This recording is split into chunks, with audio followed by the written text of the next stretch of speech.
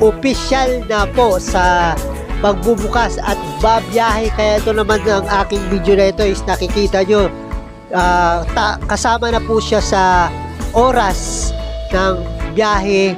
Kung nakikita nyo dito sa bandang dulo ng Dr. Santos Station, diyan po umiikot, nagre-reverse po yung ating tren at kasama na po siya sa oras ng biyahe. Diyan po yung Dr. Santos hanggang doon sa Redentores papunta Baclaran hanggang FPJ Station. So napakalaking sorpresa, napakalaking sorpresa sa mga mamayang Pilipino.